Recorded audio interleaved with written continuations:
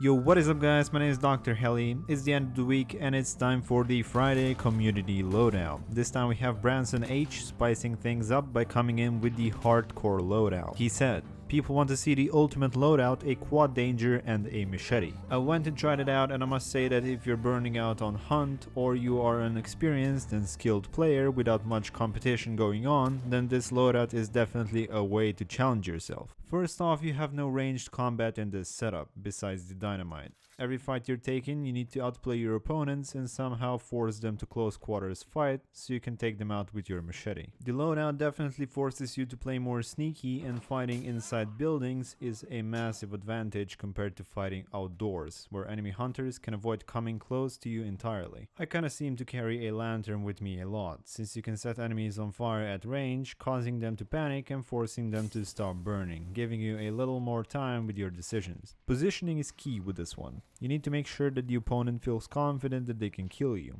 When he sees you aren't shooting, he automatically assumes that you're probably new and don't have a clue what you're doing. He gets overconfident, which leads to him making a mistake and start chasing you down. That gives you the advantage to lure him exactly where you want him to be, giving you that easy kill.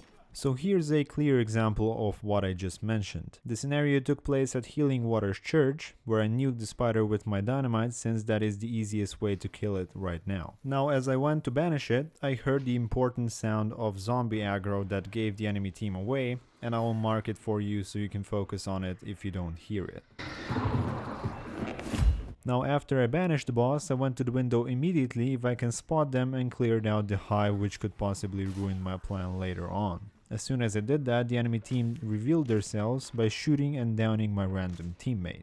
Since we were inside, I could easily revive him, and from now on it was time to strike. I used him as bait, so he kept drawing attention, letting enemies think we are both still there. I immediately jumped out of the window and went for a flank. I saw my teammate getting attacked since I heard gunfire and saw his low HP alert. That's how I knew enemies already pushed upstairs towards the windows. But I made a mistake way before, since I didn't clear the surroundings, which could give away my position if the enemy would listen to audio cues. In this case, there was this zombie here that I had to kill. After that, I made sure I'm walking to the point where I was in the range to close the kill with a quick sprint while my teammate killed the other guy. And that was it for this case. Moving on. If the opponent spots you a bit too soon, make sure to bail and reposition. It's key that you keep moving and not staying on the same spot, by that you confuse the enemy about your location. If you run behind a corner, just turn around right after, that you will surprise the enemy, giving him almost no time to react. When charging towards him, make sure to move left and right instead of running in a straight line, since that makes you a lot harder to hit. Footsteps and any other sound enemies make in general are very important, so make sure you turn your audio up a notch when you're playing melee only. The reason why is that you can easily predict where enemies are based on the sound they are making, allowing you to prepare the ambush. So here is an example. Me and my random teammate were pushing from Scupper Lake to Chapel to cross the water area when somebody started shooting at us. There were 3 steps how I easily located him to close the melee kill. First, I heard him that he is on the left somewhere. Second, I turned and I was able to determine where he is shooting from exactly. I made sure I went through the bushes, breaking the line of sight so that he didn't notice me approaching. And the third step is hearing him reloading the pistol, and by that I knew he's on the other side of this ground with trees, so I proceeded to kill him.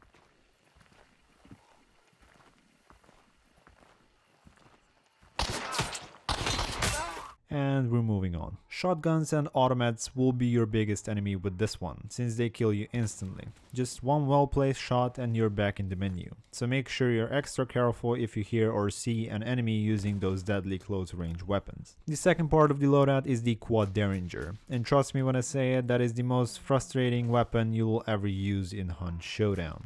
You can't really decide if you want to aim down sights or not, since if you do, the extremely weird recoil pattern will probably hurt your brain. But if you don't, you will hit everything else but the target you're shooting, because it's extremely inaccurate. It doesn't even matter if you're crouched or standing, the accuracy stays the same. However, I did somehow manage to get a kill with that hilarious weapon as well, as you can see right here.